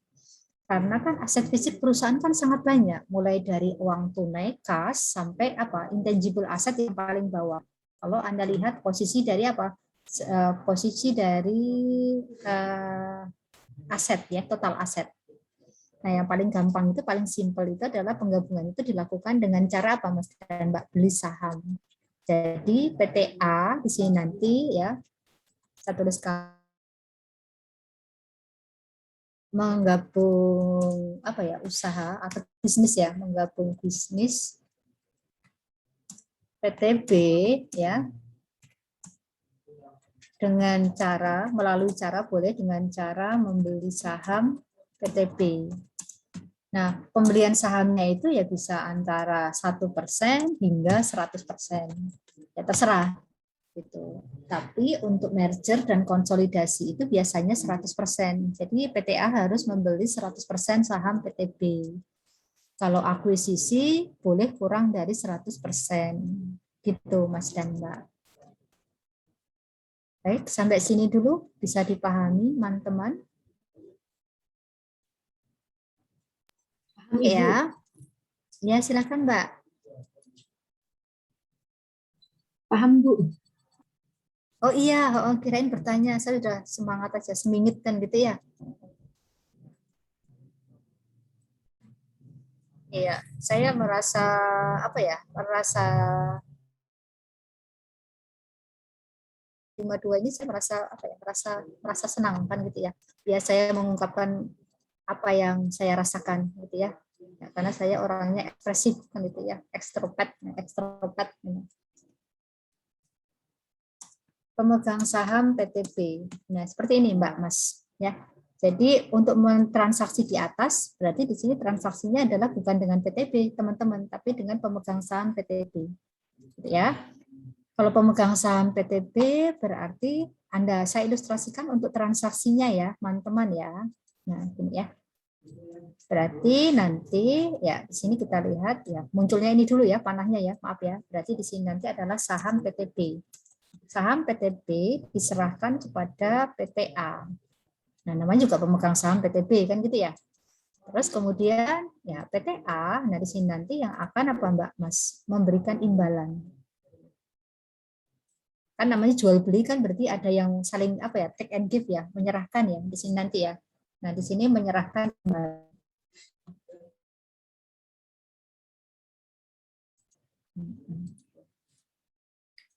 Seperti ini nanti yang akan kita ini kan. Gini. Oke, teman-teman. Bisa ya? Nah, kita lihat dari sisi PTA dulu ya, PTA. Nah, di sini nanti PTA bahasanya itu menyerahkan imbalan. Imbalan, bahasa di PSAK imbalan namanya ya Mas ya, Mbak ya, kalau ada pembayaran ya, pembayaran ke pemegang saham PTB. Gitu. Bisa diikuti teman-teman ya. Nah, sini. Bentuk imbalan. Bentuk imbalan yang diserahkan di sini nanti yang pertama adalah kas atau pembayaran secara tunai. Kemudian B ada pembayaran aset non kas. Aset non kas terserah whatever kan gitu ya, bisa mulai dari investasi surat berharga dalam bentuk aset tetap. Ya. bukan sengaja ini. Terus kemudian berikutnya adalah janji pembayaran yang ditunda, ya ditunda, atau bahasa kerennya utang, gitu ya. Kan utang kan berjanji kan ya. Penyerahan surat berharga atau penyerahan ekuitas saham PTA. Jadi tukar-tukaran saham. Nah, ini Mas dan Mbak. Kita mulai dari yang pertama dulu ya, teman-teman ya. Oke. Nah, kita lihat di sini nanti adalah gini. PTB itu punya 1 juta lembar saham. Beredar kan gitu ya. Di mana di sini nanti parnya itu adalah sebesar misalnya 1.000. Kayak gitu ya. Nah, ini adalah saham PTB. Oke ya. Terus kemudian kebetulan harga pasarnya itu jauh-jauh ya Mas ya, 5.000 gitu aja ya, 5.000. Nah, gitu ya. Nah, jika PTA ingin jika PTA ingin membeli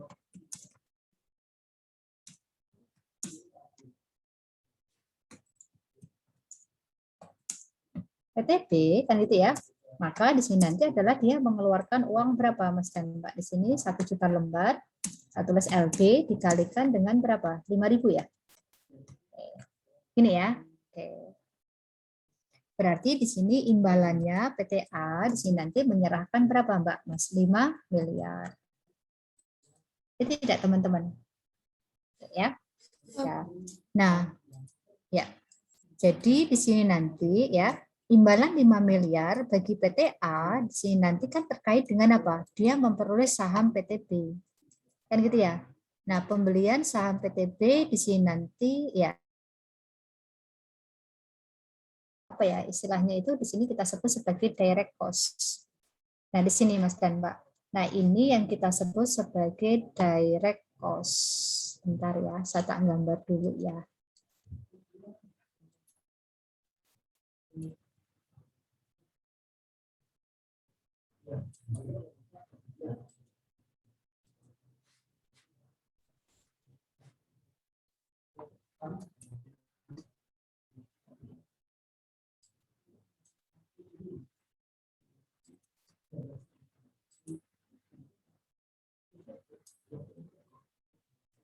Ini karena ininya di atas, sebentar saya pindah dulu.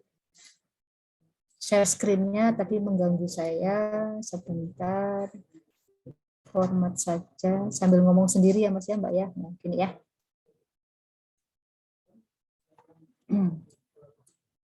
Gambar gini aja lama amat ya, ini tadi yang bikin lama ya. Nah, gini Mas Mbak. Nah, ini. Nah, ya. Nah, ini nanti yang kita sebut sebagai direct cost, biaya langsung. Nah, di sini nanti. Oke, ya. Jadi ada istilah yang namanya direct cost. Nah, gitu Mas dan Mbak. Ya. Nah, direct cost itu adalah yang ini Mas dan Mbak nih. Yang ketika apa ya? Biaya yang langsung terkait dengan perolehan PTB. Gitu ya, yang langsung diterima oleh si siapa namanya pemegang saham PTB, partnernya. Nah, ini yang disebut sebagai direct cost. Nah, saya cerita dulu. Direct cost ini nanti yang akan dicatat sebagai biaya investasi bagi PTA, tentu saja ya, bagi PTA. Gitu. Oke, teman-teman ya. Sehingga nanti jurnalnya adalah investment ya, equity investment ya. Kan ceritakan sekarang kan PTA memegang saham PTB. Ya tidak. Dari transaksi ini kan sekarang saham PTB kan menjadi milik PTA setelah PTA mengeluarkan imbalan sebesar berapa? Mengeluarkan imbalan sebesar 5 miliar. Oke, gitu ya. Biaya 5 miliar biasanya PTA itu akan mengeluarkan biaya-biaya tambahan yang nanti kita sebut sebagai indirect cost. Indirect cost itu biasanya di sini nanti adalah biaya legal, dalam hal ini misalnya notaris, ya, notaris, Kemudian misalnya balik nama, kan gitu ya kalau ada. Kemudian berikutnya misalnya pajak ya yang terkait, misalnya PPh yang terkait dari jual beli. Kemudian yang C misalnya biaya konsultan. Nah, sini Mas dan Mbak. Ini merupakan biaya-biaya juga oleh TA. Ya tidak?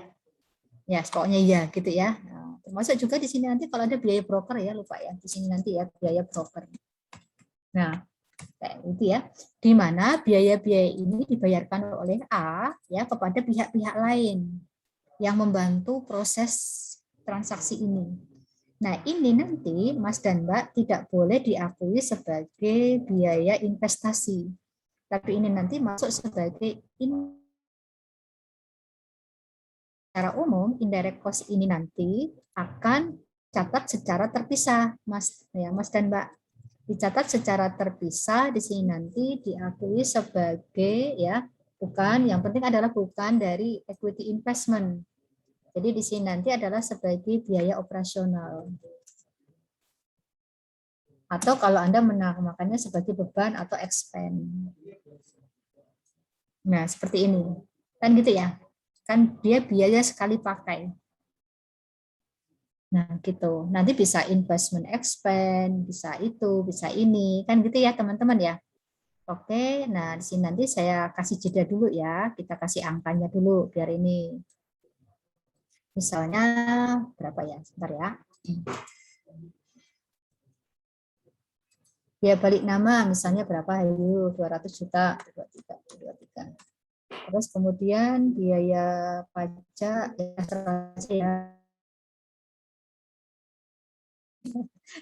biaya konsultannya 100 juta.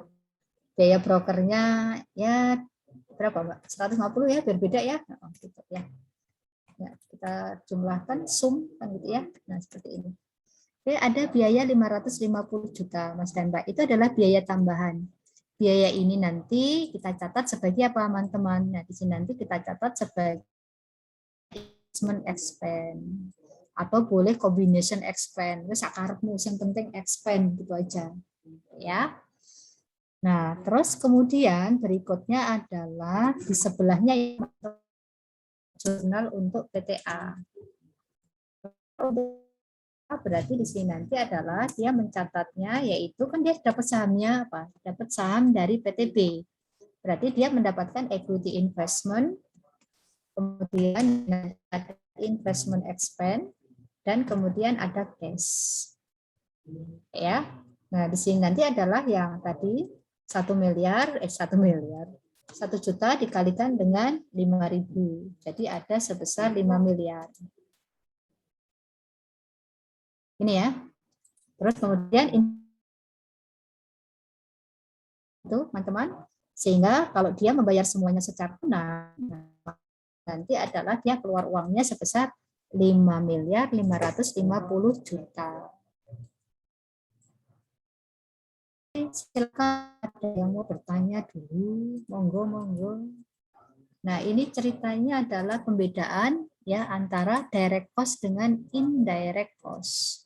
Jadi ini adalah DC ya, direct cost seperti ini Mas dan Mbak, larinya adalah kepada apa? Larinya adalah kepada akun equity investment. Sambil nanti pelan-pelan saya akan cerita kepada Anda kenapa perlu dibedakan antara direct cost dengan indirect cost. Jadi direct cost itu tidak hanya ada di di akuntansi biaya aja ya, direct material dan indirect material gitu ya, mau direct labor gitu ya, tapi di AKL pun juga ada.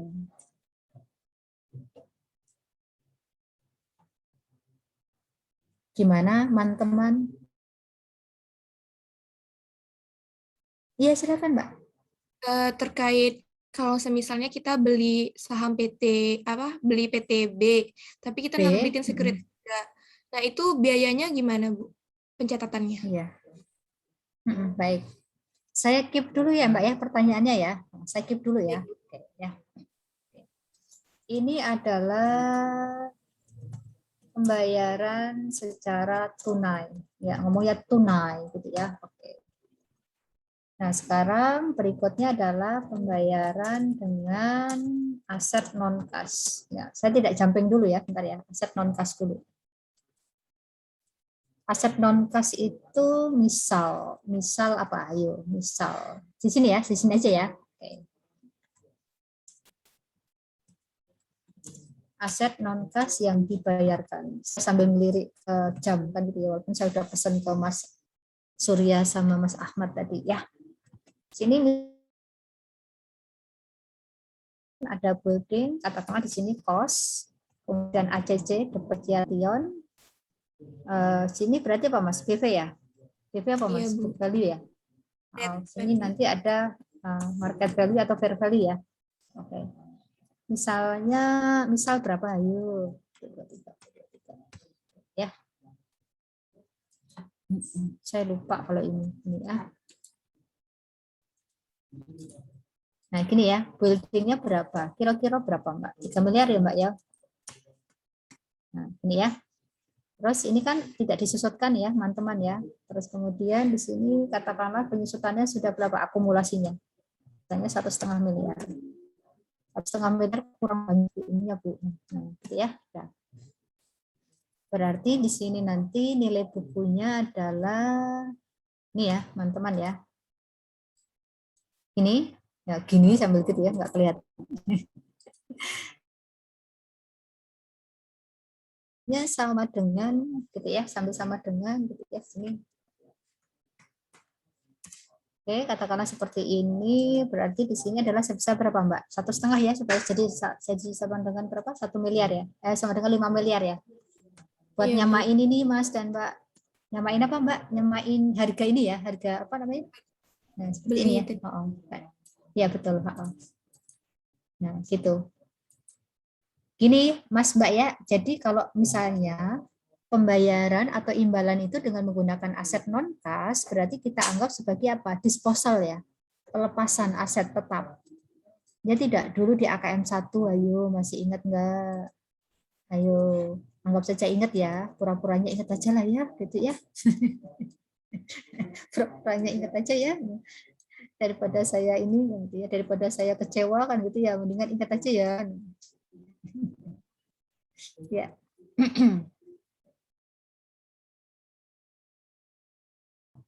Samakan dengan ini ya, sejajarkan ya, sini ya, teman-teman ya. Tuh, malah tak ini. Nah, berarti gimana Mbak? Mas, pertama adalah di sini apa? Equity investment kan gitu ya. Terus kemudian di sini adalah apa? Investment expense, masih sama kan ya? Masih. Cuma dia cara membayarnya itu adalah dengan apa? Dengan melepas aset. Anda perhatikan di situ ada ACC depreciation kalau Anda masih ingat. Kemudian Anda lihat ada loss on building. Buildingnya kan loss ya, teman-teman ya. Kan Anda perhatikan di sini ya, ada selisih kan gitu ya, ada selisih. Nah, kalau misalnya dikasih ini ya, teman-teman ya, boleh ya. Ini kan market value dikurangi dengan nilai buku. Ya tidak. Nah, gini ya. Oke, berarti di sini ada loss. Nah, di sini nanti ada loss yaitu sebesar yang ini ya. Depreciation-nya Anda perhatikan di sini berapa, Mbak? Ya, ini adalah jurnal pelepasan untuk yang building. Terus kemudian berikutnya land, building, sebentar maaf, ya, building, kemudian gain on land, nah jangan lupa. Terus berikutnya lagi adalah anggap saja yang 550 juta ini adalah secara tunai. Nah, kalau Anda masih ingat dulu, masih ingat nggak akuntansi untuk aset tanah? Dicatat ada nilai bukunya ya, teman-teman ya. Kan gitu ya. Gain online-nya sama dengan berapa? Nah, seperti ini. Sehingga nanti jurnalnya menjadi demikian, Mas dan Mbak. Nah, ini boleh di apa kayak proof count ya di sini ya. Nah, sama ya. Ini, Mas dan Mbak. Untuk membuktikan saldo kiri kanan sudah sama atau belum. Oke, sampai sini dulu. Silakan kalau ada yang mau ditanyakan. Kalau A itu membayar dengan apa, Mas dan Mbak? Akan membayar dengan melepas dari apa? Aset.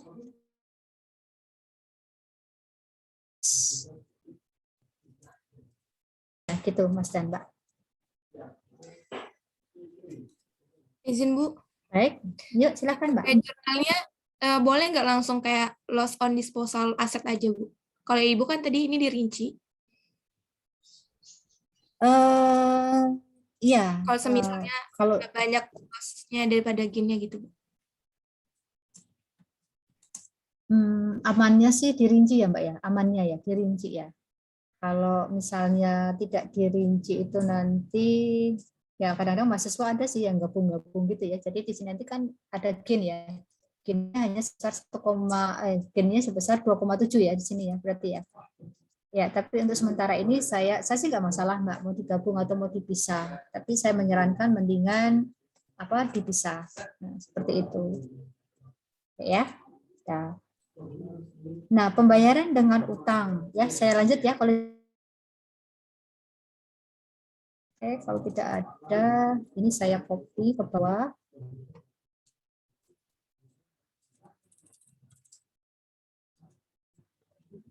Nah, seperti ini ternyata kok menjadi demikian. Saya salah copy ya tadi ya.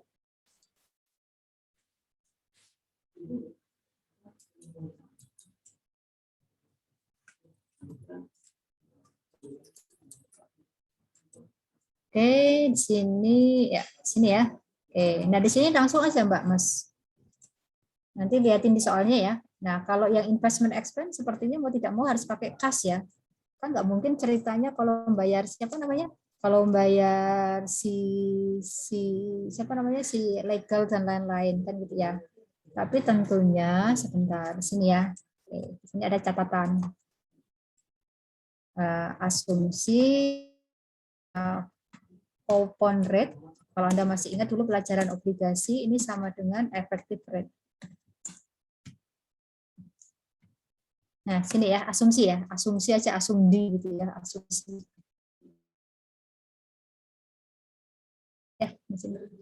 Nah, sini Mas dan Mbak asumsi. Coupons payable kan menghitungnya pakai present value ya, teman-teman ya, masih ingat nggak, Man? Nih, untuk menghitung nilai di sini kan pakai present value. Ya, untuk perhitungan obligasi ya. Jadi perhitungan nilai obligasi bonds ya di sini nanti teman-teman ya. Sini menggunakan present value. Ya itu tadi dengan asumsi apa? Bond rate atau coupon rate itu sama dengan apa? Effective interest rate. Oke ya. Terus kemudian baru saya bayar sampai jawab yang pertanyaan yang ketiga ya. Siapa tadi kan gitu ya. Yaitu pembayaran atau imbalan dengan apa Mbak tadi Mbak, penyerahan ekuitas. Dalam hal ini adalah saham PTA. Gitu ya. Jadi PTA itu menyerahkan sahamnya. Ya. Misalnya di sini misalnya PTA menyerahkan 500.000 lembar saham dia sendiri kan gitu ya, seharga misalnya harganya adalah Rp10.000. Nah seperti ini. Terus kemudian ada biaya penerbitan saham, anggap saja ini saham baru Mbak, penerbitan saham PTA gitu ya, sebanyak ya atau sebesar berapa Mbak? Misalnya 180 juta misalnya. Gitu ya, teman-teman ya. Oke, kita catat di sini nanti jurnalnya. Kalau yang B di sini tidak berubah Mas dan Mbak. Kan tadi kan angka 5 miliar ini kan tergantung dari nilai saham B. Ya, ini beda lagi ya. Tadi kan saya tidak berubah nih. Patokannya tetap dari sini ya, teman-teman ya. Berarti nanti besarnya imbalan dari A itu nanti akan menyesuaikan. Nah, misalnya di sini nanti adalah pertama ordinary share capital, gitu ya. Kemudian ada share premium, nah, seperti ini. Terus kemudian ada cash. Cashnya itu sebenarnya yang ini, Mas dan Mbak. Nah, kalau adalah 500.000, Anda kalikan dengan berapa di situ? Kalau nominalnya anggap saja 1.000 gitu aja ya. Terus kemudian untuk share premiumnya berarti 500.000 dikalikan dengan 10.000 dikurangi nominal. Begini ya. Oke, ini ya. Nah, ini kalau saya catat secara 2 kali. Nah, saya mencatat 2 kali untuk biayanya. Nah, di sini biayanya Mbak Mas ya. Nah, ini adalah yang ini. Nah, ini saya pisahkan. Kalau nanti Anda jawab digabung tidak apa-apa. Tapi untuk kepentingan pengajaran ataupun menerangkan di kelas ya, kalau saya pakai 2 step. Gini Mas dan Mbak. Ya, itu ya Mbak ya, tadi yang bertanya ya. Nah, seperti itu ya.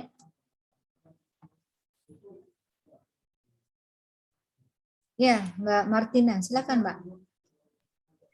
Izin tanya Ibu untuk mengenai bonds payable ini kan si PTA nerbitin bonds ya Ibu.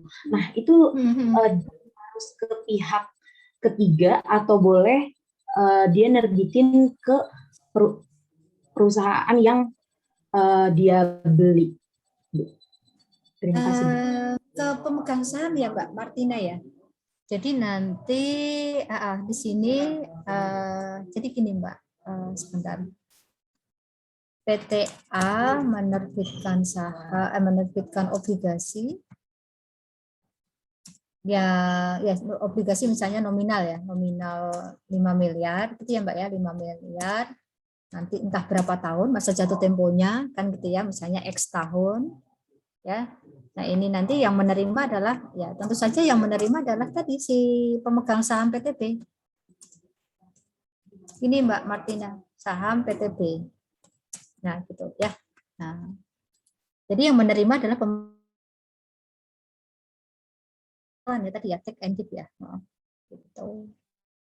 Itu Mbak Martina. Ini kan kalau PTA pasti di sini kan equity investment ya Mbak Mas ya, karena PTA itu sekarang memiliki saham dari apa? Memiliki saham PTB. Maka dia pasti jurnalnya selalu sama. Dalam hal ini adalah dia memiliki akun equity investment. Masih ingat nggak kemarin pelajaran AKM 2 yang di paruh UTS di paruh UAS ya? Kan ada itu investment, ada investment in bond, investment in debt securities, and investment in equity securities ya.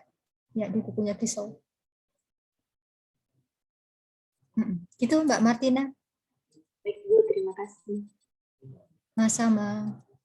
Silakan Mas dan Mbak. Jadi ini adalah variasi dari pembayaran dari PTA. Ya Mas Alfian silakan. Iya Bu, izin bertanya Bu terkait dengan pembayaran hutang juga Bu. Semisal kalau ada bunga yang dibayarkan itu termasuk jadi direct cost-nya atau jadi investment expense-nya Bu? Terkait tidak, bunga yang dibayar. Mas. Ya, ini kan baru pertama kali terbit Mas. Belum ada bunga Mas. Ini kan pertama kali terbit ya Mas ya. Jadi ini kan transaksi pada hari ini. Kalau pertama kali terbit kan otomatis tidak ada bunga. Tidak ada bunga. Bunga selanjutnya, bunga yang itu nanti tidak masuk ke ini, tidak masuk ke sini. Gitu, tidak masuk ke dalam equity investment gitu. Gitu Mas Alfian. Kalau semisal dia udah punya bond payable sendiri dan diterbitkan coupon rate-nya itu berbeda dengan effective rate gitu Bu, maksudnya Bu. Apakah bisa demikian? Apakah itu termasuk pembayaran dengan hutang Bu? Jadi gini, sebentar, wait. Kita pisahkan dulu ya. Gini, ini kan bond ini kan pertama kali diterbitkan Mas. Bond ini pertama kali diterbit. Teman-teman ya, sepakat ya. Nah, bagaimana kalau nanti ada perbedaan bunga, misalnya gini, sebentar. Baik, Mas Alfian. Kupon rate, ya, kupon rate-nya misalnya 10%. Terus kemudian apa ya? Bentar, teman-teman ya. Kupon rate-nya 10%, market rate-nya misalnya yang berbeda. Mungkin maksud Mas Alfian begini ya. N-nya itu misalnya 5 tahun. Nah, ini ya. Berarti kan obligasi ini akan diterbitkan pada nilai diskonto. Nah, gitu Mas ya. Pakai nilai diskonto berarti kita hitung present value-nya. Oke ya, kita hitung ini kita pakai yang rumus present value. Ini untuk nominal ya, berarti tadi berapa? 12 ya, 12%. Terus kemudian berikutnya itu adalah 5 tahun. Bentar ya, Mas Ahmad ya. Nominalnya berapa? 5 miliar ya. Nah, seperti ini ya, future value. Kemudian berikutnya adalah, oh ya, sebentar. Sama ya. Formula finansial TP. Di sini rate-nya 12%, amper-nya 5, tahunannya 5 gitu ya Mas ya. Tadi 10% ya, berarti 500 juta ya. Bunganya kan ya 10% dikalikan ini. Nah, ya supaya ini ya. Nah, jadi, nah seperti ini Mas Alfian. Berarti di sini ya sebentar. Ya, berarti ini nanti yang akan menjadi nilai dari obligasi ini tadi Mas ya. Ini menggantikan ini ya. Kalau ternyata berbeda. Nah, seperti ini. Itu Mas Alfian. Mas Alfian Sutikno. Nah, di sini menggantikan ini. Oh. Cuman tadi kan ilustrasi saya bikin sama ya di sini ya. Saya bikin apa namanya? Bunganya sama. Sebentar.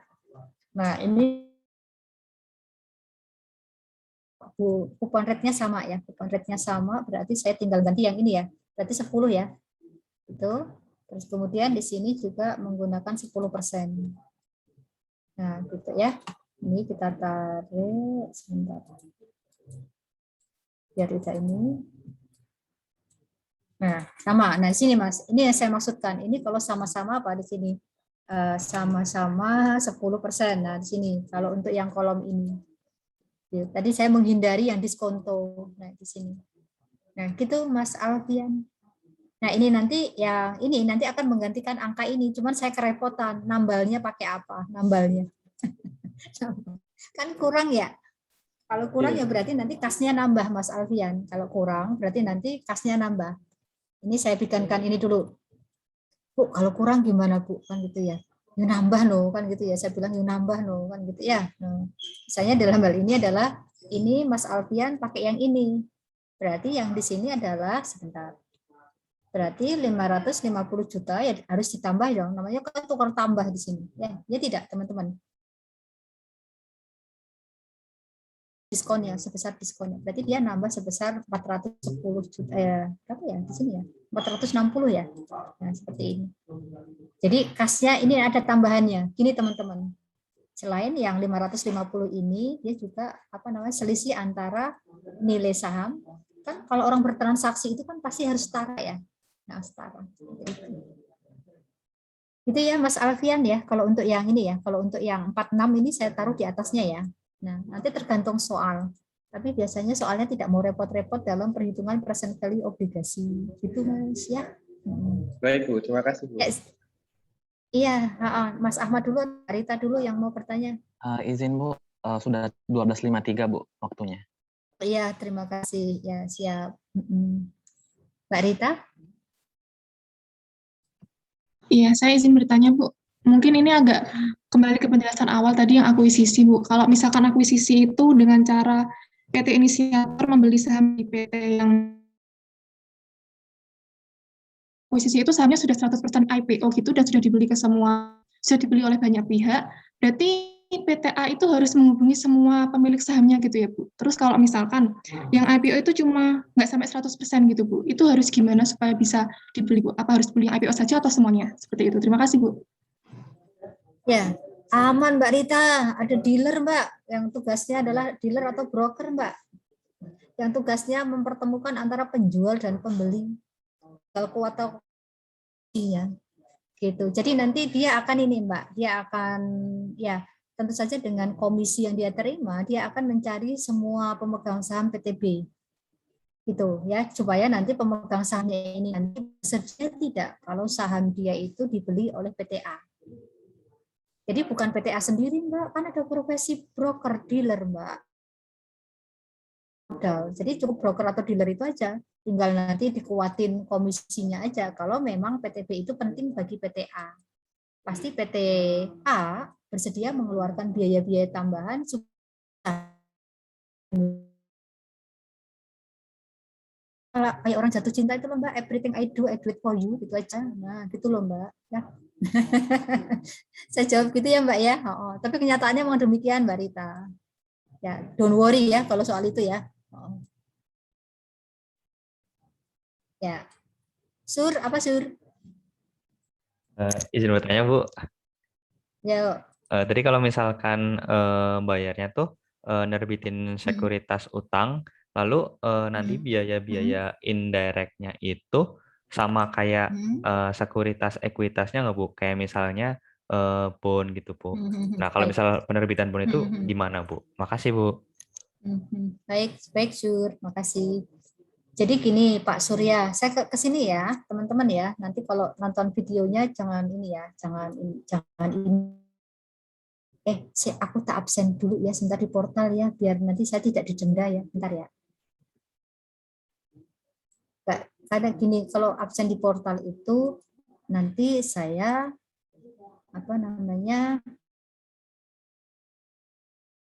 ada dulu tadi yang saya inikan, tapi ngomong-ngomong fotonya belum saya download ya. Tega bener ya kayaknya Budiah ya, bentar ya. Kan foto-foto Anda kan harusnya di-download dulu sebentar. Ini kelas 52 ya, belum saya bikinkan folder ya. Ya, kelas 52. Maklum Mas, baru pertemuan pertama. Biasanya pertemuan pertama itu kan serba gugup kan gitu ya. Oke, tak absen dulu Mas supaya nanti nyaman menerangkan ke Surya. Bentar ya Sur. Aman Bu. Ya, aduh kamu kok baik sekali Sur. Yang lain nggak boleh iseng ya, kan gitu ya. Nah, yang penting adalah foto Anda masuk dulu. Terus hadir semua ya, alhamdulillah. Mas Taufik ini tumben nggak absen Mas Taufik. Di portal ya Bu? Ya. Nah, iya, emang absen di. Oh iya, maaf Bu.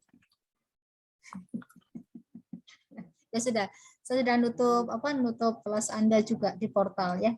Nah, sudah saya tutupnya biar saya nyaman sekarang. Gitu ya. Ya, ini Sur ya, saya sudah absen di portal, aman. Jadi kalau biasanya ada biaya penerbitan obligasi ya Sur ya. Nah, jika terdapat biaya penerbitan obligasi. Nah, ini nanti lihat videonya Pak Agung aja ya. Maka harus ada apa? Anda harus memperhitungkan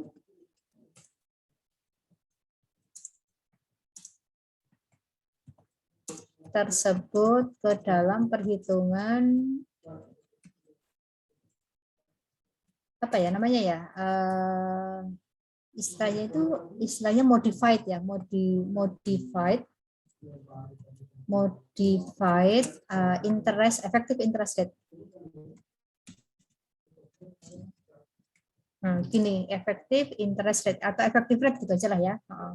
Misalnya begini Mbak Mas, saya ambil boleh ini, masih ingat ya, ini dan ini ya, kan gitu ya. Nah kayak gini, ya, supaya Anda tidak bingung ngapain. Oke, nah seperti ini teman-teman.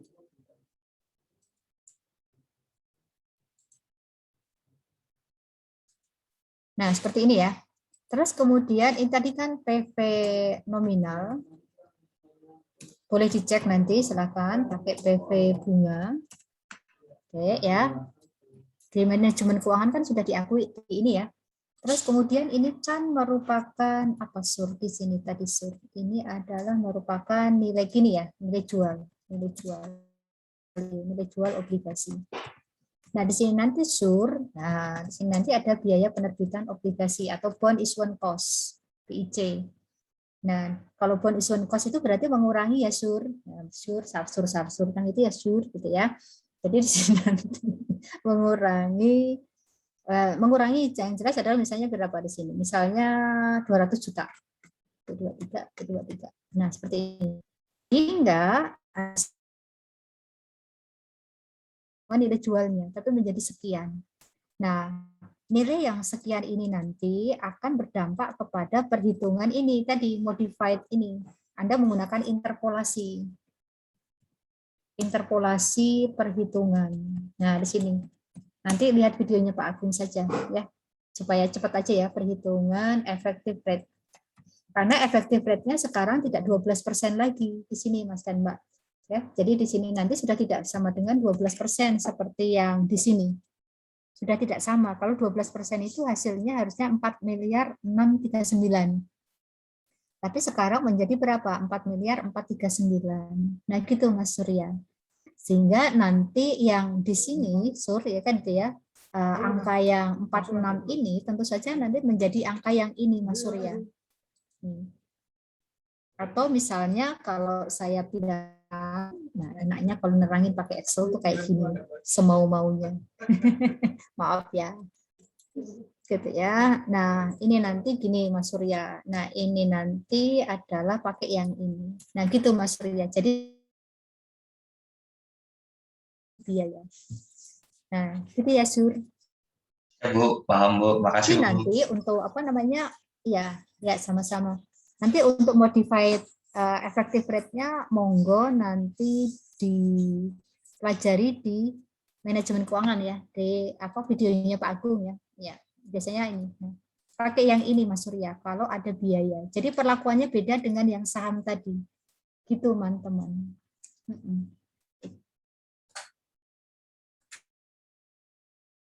Barangkali itu yang bisa saya sampaikan untuk pertemuan kita di siang hari ini. Ya, terima kasih kelas 52 atas antusiasme Anda.